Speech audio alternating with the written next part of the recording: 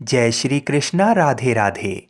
मित्रों, आज अश्विन मास के शुक्ल पक्ष का गुरुवार है और आज मैं आपको सुना रहा हूँ बृहस्पतिवार व्रत में सुनी जाने वाली भगवान विष्णु की बड़ी ही दुर्लभ कथा।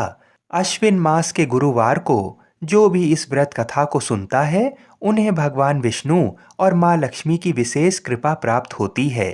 इस व्रत को करने से और इसकी कथा को सुनने से व्यक्ति के सारे कष्ट दूर हो जाते हैं और सुखों की प्राप्ति होती है और साथ ही साथ भाग्य के द्वार भी खुल जाते हैं।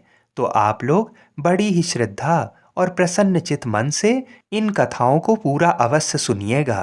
भारतवर्ष में एक प्रतापी और दानी राजा राज्य करता था। वह नित्य गरीबों और ब्राह्मणों की सहायता करता था। ये बात उसकी रानी को अच्छी नहीं लगती थी। वह न गरीबों को दान देती, ना ही भगवान का पूजन करती थी और राजा को भी दान देने से मना किया करती थी।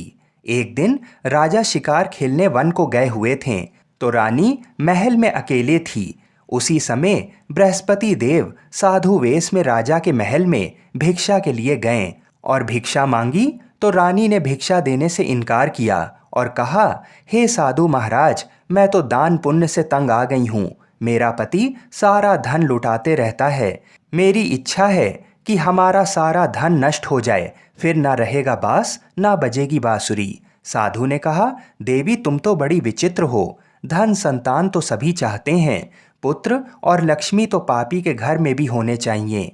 यदि तुम्हारे पास अधिक धन है तो भूखों को भोजन दो, प्यासों के लिए प्याऊ लगवाओ, मुसाफिरों के लिए धर्मशालाएं खुलवाओ। तो जो निर्धन अपनी कुंवारी कन्याओं का विवाह नहीं कर सकते हैं उनका विवाह करा दो। ऐसे और कई काम हैं जिनको करने से तुम्हारा यश लोक परलोक में फैलेगा। परंतु रानी पर उपदेश का कोई भी प्रभाव ना पड़ा।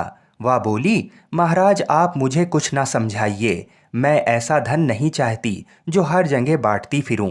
साधु ने उत्तर दिया, यदि तुम्हारी ऐसी इच्छा है तो तथास्तु। तुम ऐसा करना कि बृहस्पतिवार को घर लीप कर पीली मिट्टी से अपना सिर धोकर स्नान करना, भट्टी चढ़ाकर कपड़े धोना। ऐसा करने से आपका सारा धन नष्ट हो जाएगा। इतना कहकर वह साधु महाराज वहां से चल दिए। साधु के अनुसार कही बातों को पूरा करते हुए रानी को केवल 3 बृहस्पतिवार ही बीते थे कि समस्त धन संपत्ति नष्ट हो गई।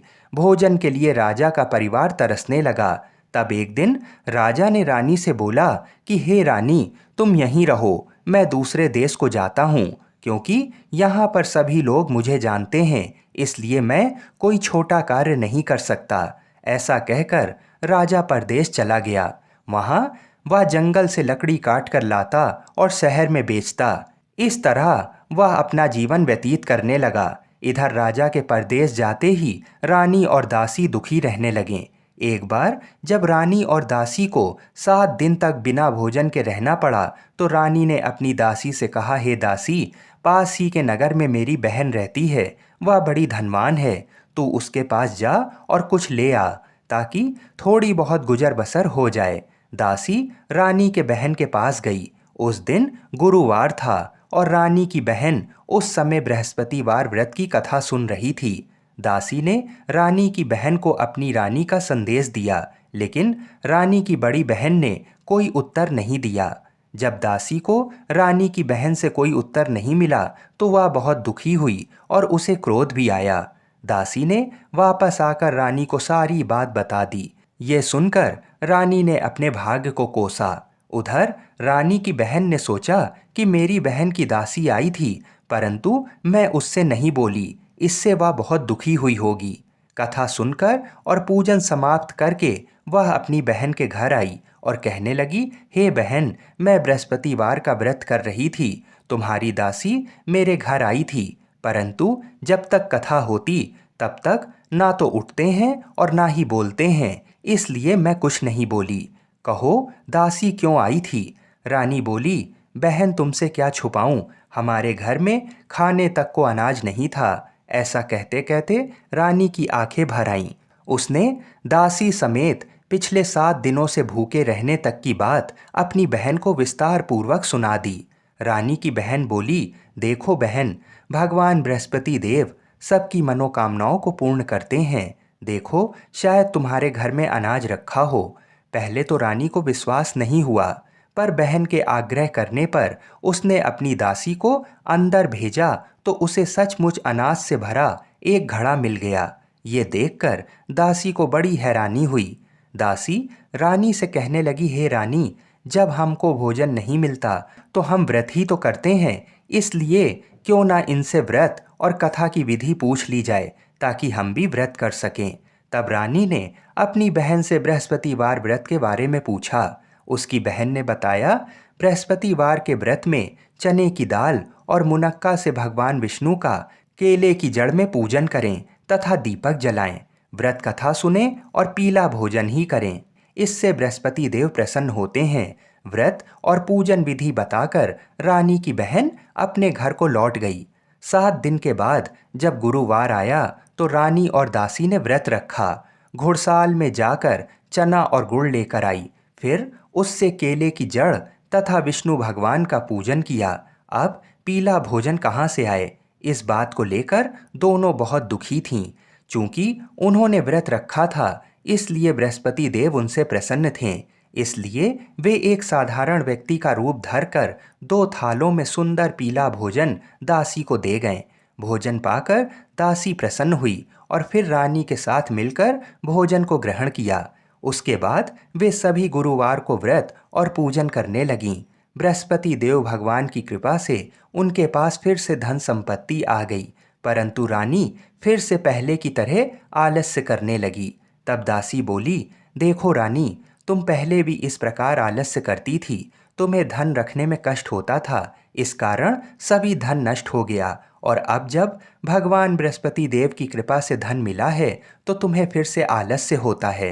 रानी को समझाते हुए दासी कहती है कि बड़ी मुसीबतों के बाद हमने ये धन पाया है, इसलिए हमें दान पुण्य करना चाहिए, भूखे मनुष्यों को भोजन कराना चाहिए और धन को शुभ कार्यों में खर्च करना चाहिए, जिससे तुम्हारे कुल का यश बढ़ेगा, स्वर्ग की प्राप्ति होगी और पितृ प्रसन्न होंगे।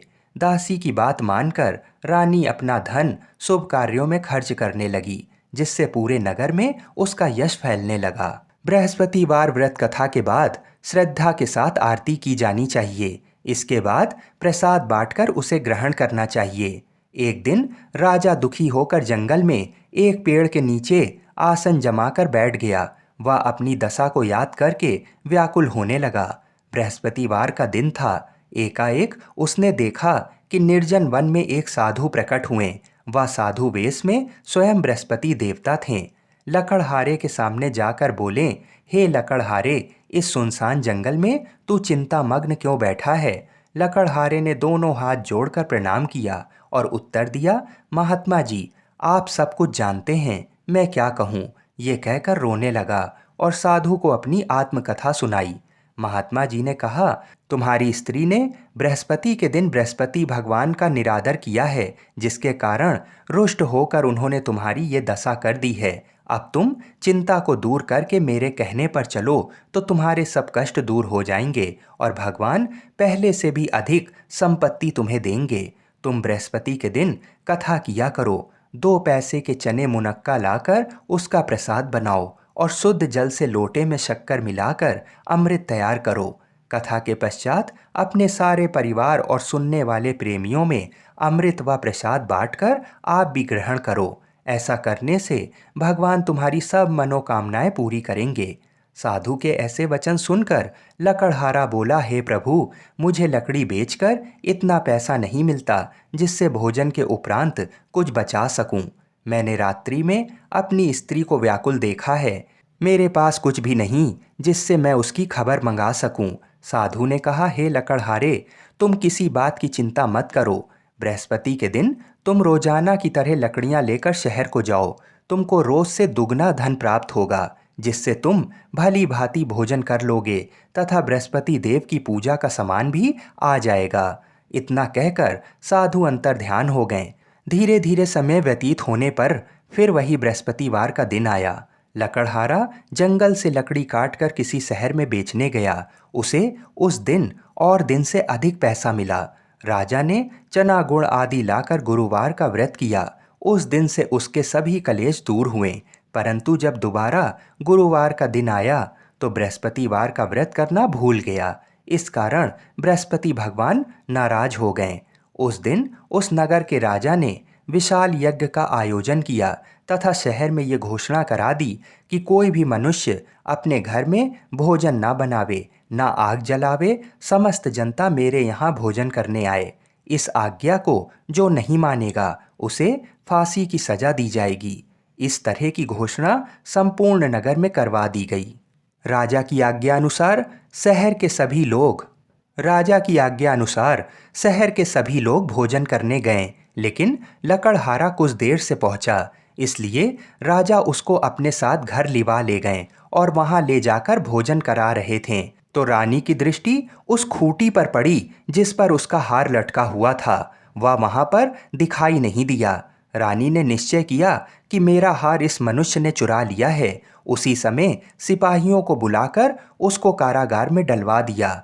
जब लकड़हारा कारागार में पड़ गया और बहुत दुखी होकर विचार करने लगा कि ना जाने कौन से पूर्व जन्म के कर्म से मुझे ये दुख प्राप्त हुआ है, और उसी साधु को याद करने लगा जो कि जंगल में मिला था। उसी समय तत्काल बृहस्पति देव साधु के रूप में प्रकट हुए और उसकी दशा को देखकर कहने लगे, अरे मूर्ख, तूने बृहस्पति देव की कथा नहीं करी, इस कारण तुझे दुख प्राप्त हुआ है। अब चिंता मत कर, बृहस्पतिवार के दिन कारागार के दरवाजे पर 4 पैसे पड़े मिलेंगे, उनसे तू बृहस्पति देव की पूजा करना, तेरे सभी कष्ट दूर हो जाएंगे। बृहस्पति के दिन उसे 4 पैसे मिले। लकड़हारे ने कथा कही। उसी रात्रि को बृहस्पति देव ने उस नगर के राजा को स्वप्न में कहा, हे राजा, तूने जिस आदमी को कारागार में बंद कर दिया है वह निर्दोष है, वह राजा है, उसे छोड़ देना। रानी का हार उस खूंटी पर लटका है। अगर तू ऐसा नहीं करेगा तो मैं तेरे राज्य को नष्ट कर दूंगा।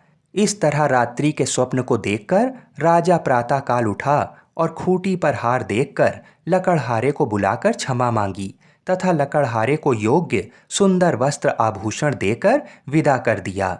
बृहस्पति देव की आज्ञा अनुसार लकड़हारा अपने नगर को चल दिया।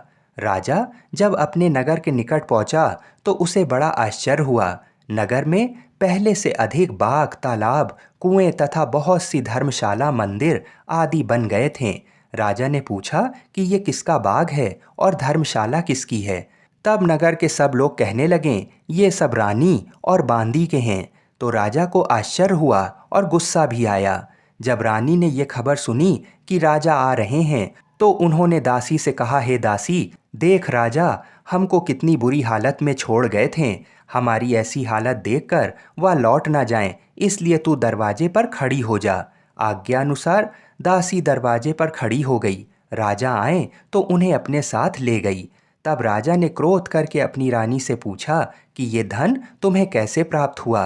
तब उन्होंने कहा कि हमें ये सब धन बृहस्पति देव के इस व्रत के प्रभाव से प्राप्त हुआ है।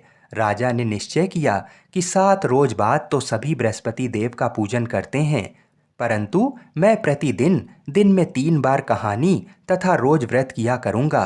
अब हर समय राजा के दुपट्टे में चने की दाल बंधी रहती तथा दिन में 3 बार कहानी कहता।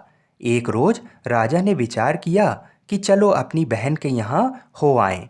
इस तरह निश्चय कर राजा घोड़े पर सवार हो अपनी बहन के यहाँ को चला गया।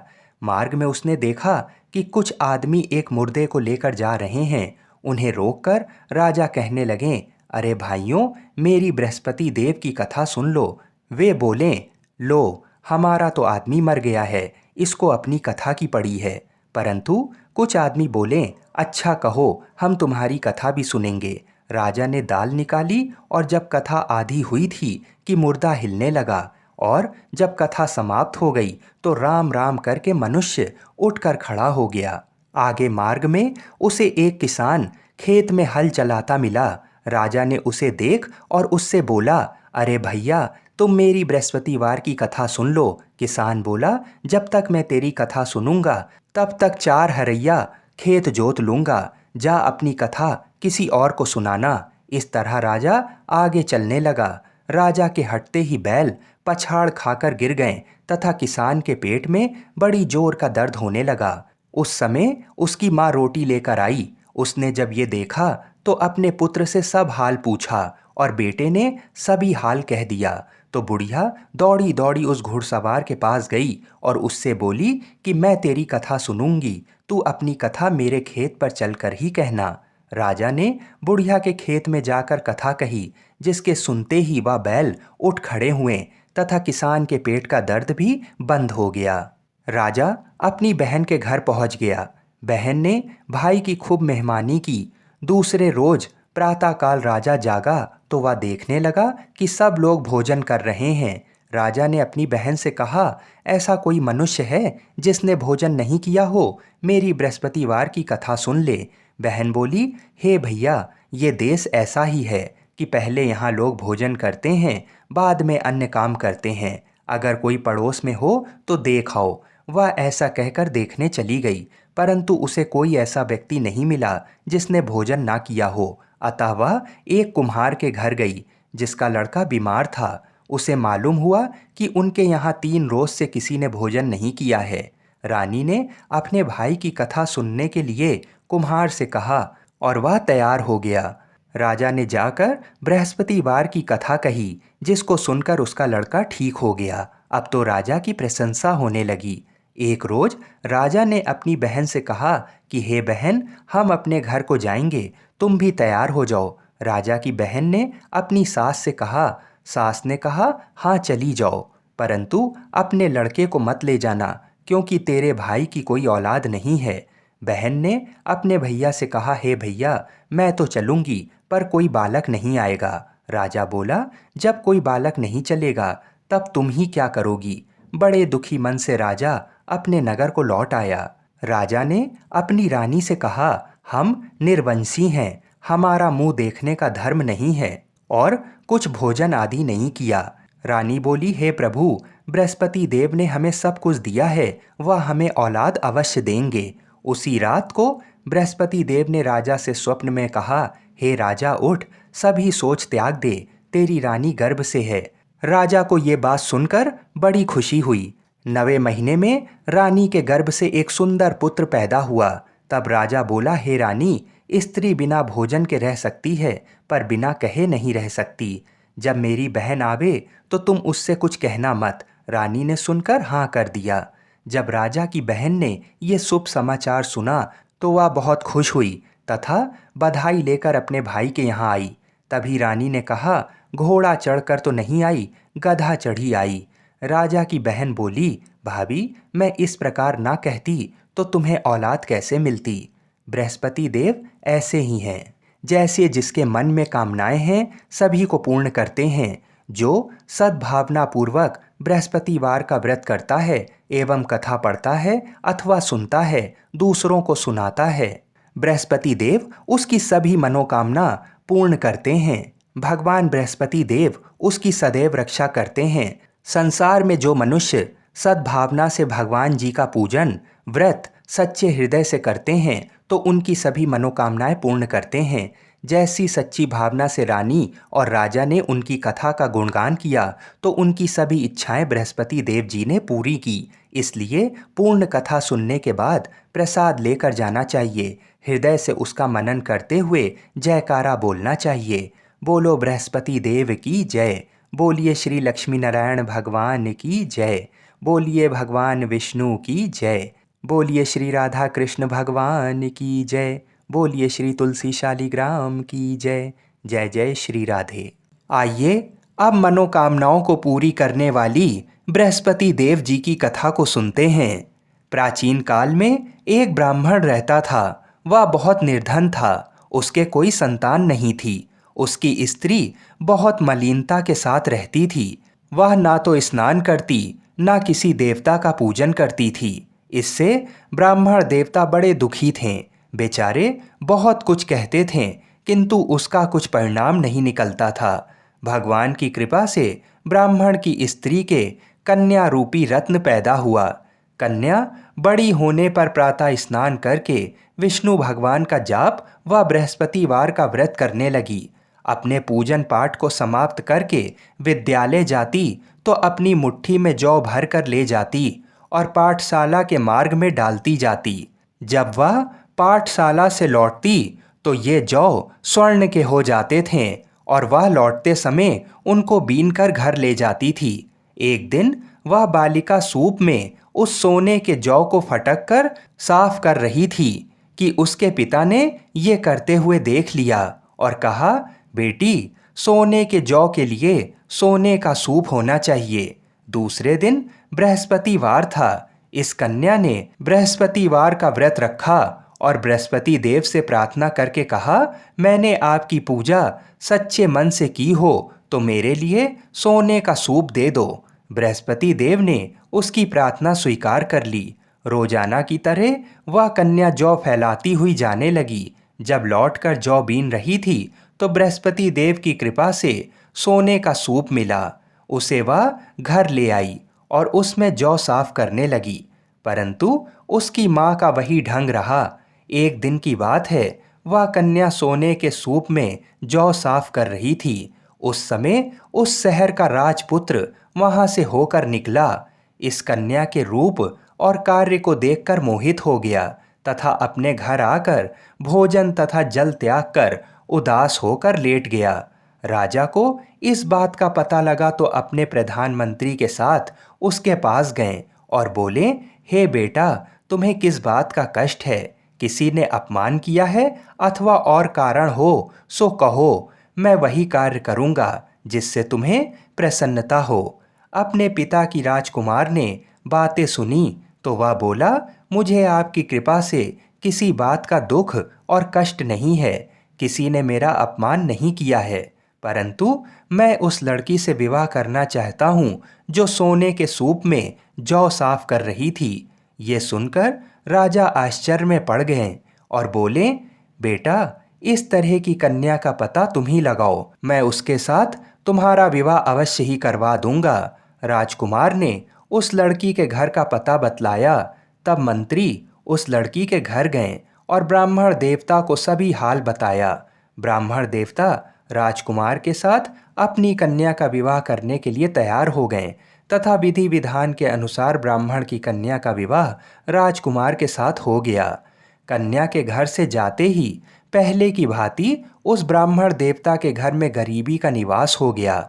अब भोजन के लिए भी अन्न बड़ी मुश्किल से मिलता था। एक दिन दुखी होकर ब्राह्मण देवता अपनी पुत्री के पास गए। तब बेटी ने पिता की दुखी अवस्था को देखा और अपनी माँ का हाल पूछा। तब ब्राह्मण ने पूरा हाल बता दिया। कन्या ने बहुत सा धन देकर अपने पिता को अपने घर से विदा कर दिया। इस तरह ब्राह्मण का कुछ समय सुखपूर्वक व्यतीत हुआ। कुछ दिन बाद वह फिर वही हाल का हो गया।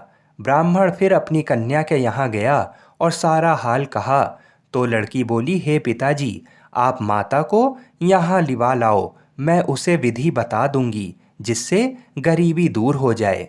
वह ब्राह्मण देवता अपनी स्त्री को साथ लेकर पहुँचे तो अपनी माँ को वह लड़की समझाने लगी, हे माँ, तुम प्रातःकाल प्रथम स्नान आदि करके विष्णु भगवान का पूजन करो तो तुम्हारी सब दरिद्रता दूर हो जाएगी। परंतु उसकी माँ ने एक भी बात नहीं मानी और प्रातःकाल उठकर अपनी पुत्री के बच्चों की जूठन को खा लिया। इससे उसकी पुत्री को भी बहुत क्रोध आया और एक रात को कोठरी से सभी सामान निकाल दिया और अपनी माँ को उसमें बंद कर दिया। प्रातःकाल उसे निकाला तथा स्नान आदि करा के पाठ करवाया तो उसकी माँ की बुद्धि ठीक हो गई और फिर प्रत्येक बृहस्पतिवार को व्रत रखने लगी। इस व्रत के प्रभाव से उसके माँ बाप बहुत ही धनवान और पुत्रवान हो गए और बृहस्पति जी के प्रभाव से इस लोक के सुख भोग कर स्वर्ग को प्राप्त हुए। आप सभी लोग बड़ी ही श्रद्धा और प्रेम से बोलिए, विष्णु भगवान की जय। हम ऐसी मंगल कामना करते हैं कि भगवान श्री लक्ष्मी नारायण जी और बृहस्पति देव जी तथा भगवान शिव और माता पार्वती हम सभी की मनोकामनाओं को अवश्य ही पूर्ण करें। हर हर महादेव।